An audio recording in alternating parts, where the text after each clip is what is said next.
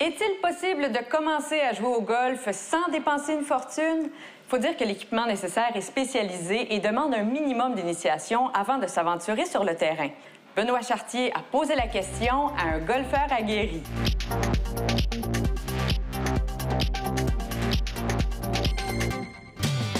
Ce qui est plus important qu'un bon équipement, c'est un bon conseiller. Et moi, côté conseiller, je me suis très bien équipé. Daniel Talbot est un vétéran golfeur, l'un des professionnels les plus titrés au Québec. Il enseigne le golf aux débutants, intermédiaires et avancés. Alors moi, ce que je vous conseille chez les débutants, c'est d'acheter un ensemble neuf, mais pas de gamme, de façon à ce que vous puissiez le revendre dans 2 ans. On va perdre peut-être 50 et à ce moment-là, on se gâtera, on achètera de la meilleure qualité. Selon notre invité, on peut trouver un ensemble neuf de débutants pour environ 300 $. Quelques marques de confiance, Callaway, TaylorMade, Titleist. Si on achète seulement un ensemble usagé de quelqu'un qui l'a acheté il y a 2 ans, qu'est-ce qu'on doit vérifier? C'est quoi? Comment ça s'use un bâton de golf? Surtout la poignée. La poignée, souvent, on va avoir des poignées qui vont être complètement usées. Il faut absolument les changer. Et malheureusement, les gens... Bon, oui, mais c'est au moins c'est 10-12 $, peut-être plus chaque. OK. Alors, si vous avez 7 ou 8 bâtons, on parle de 105 $ juste pour changer les poignées. Oui. Alors, il faut vérifier quand même si elles sont bonnes. Les tiges, est-ce qu'elles sont craquées? Parce que ça, c'est une tige en carbone. Alors, souvent, les tiges vont craquer. Okay. Il faut vérifier ça. La tête, est-ce qu'elle est encore... elle n'est pas ce qu'on appelle défoncée.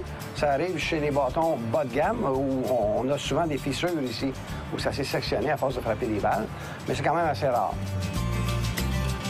Donc, on peut acheter des bâtons neufs, bas de gamme, des bâtons usagés, c'est bon aussi. Mais vous recommandez aussi peut-être d'acheter des bâtons individuels, à l'unité. Oui, parce qu'à moins d'aller dans le haut de gamme, les compagnies, malheureusement, ne sont pas nécessairement spécialisées dans tous les domaines. Ça va peut-être revenir un peu plus cher, mais vous allez avoir de la bien Et on investit peu à peu, on change bâton par bâton, puis à la fin, on se retrouve avec un ensemble haut de gamme. Effectivement. Okay.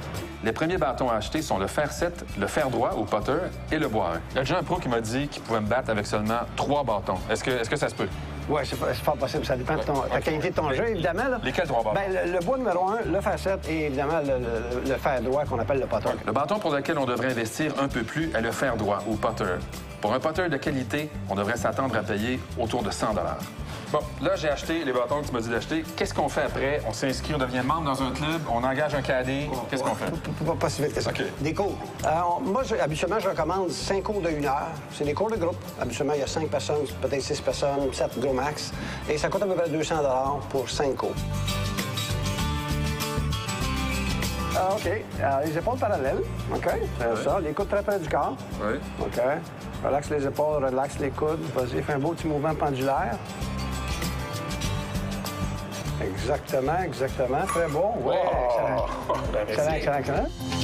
Benoît, je suis vraiment impressionné par votre swing. C'est le résultat de 15 années de pure frustration. Pour vrai? Ah oui, c'est ça qu'on sent là-dedans. Alors, j'ai compris que quand on est débutant au golf, on peut commencer à peu de frais, qu'on achète des bâtons usagés ou neufs. Oui, le meilleur truc que Daniel Talbot a donné, c'est de partager un ensemble complet avec un ami. À ce moment-là, on sépare les bâtons moitié-moitié? Oui, parce que ce qui arrive avec les bâtons neufs pour débutants, c'est que il y a beaucoup trop de bâtons. Tiger Woods fait la différence entre un fer 5 et un fer 6, mais pas toi, probablement. Non, pas moi. Donc, c'est facile de séparer les bâtons. Il y en a un qui prend les fers 4, 6, 8 et wedge, l'autre 3, 5, 7 et 9. Comme ça, bien, c'est moitié prix. Le seul bâton qu'il faut acheter 2 fois, c'est le fer droit, le putter. Là, on en achète un et il est à notre goût, surtout. Oui. Est-ce que c'est conseillé d'acheter ces bâtons de golf sur Internet ou c'est risqué? Ça peut être fait, en autant que c'est une marque reconnue, une marque qui est vraiment de confiance. Et demander conseil avant à quelqu'un qui joue depuis longtemps ou un expert, comme moi, j'ai été très bien conseillé par un professionnel, Daniel Talbot. Vous avez été bien épaulé, oui, bien sûr. Alors, bon, une fois qu'on est bien équipé, combien il faut s'attendre à débourser pour jouer au golf? Bien, évidemment, ça dépend du terrain, ça dépend du jour de la semaine, ça dépend du moment de la journée aussi, mais il est possible de jouer un 18 trous pour à partir de 20 ou 25 $. Très important aussi, avant de vous lancer dans l'achat des bâtons, empruntez-les à un ami, allez frapper des balles sur un terrain de pratique pour savoir si vous aimez ça au moins. Oui, ça, c'est un excellent conseil. Merci beaucoup, Benoît. Ça fait plaisir.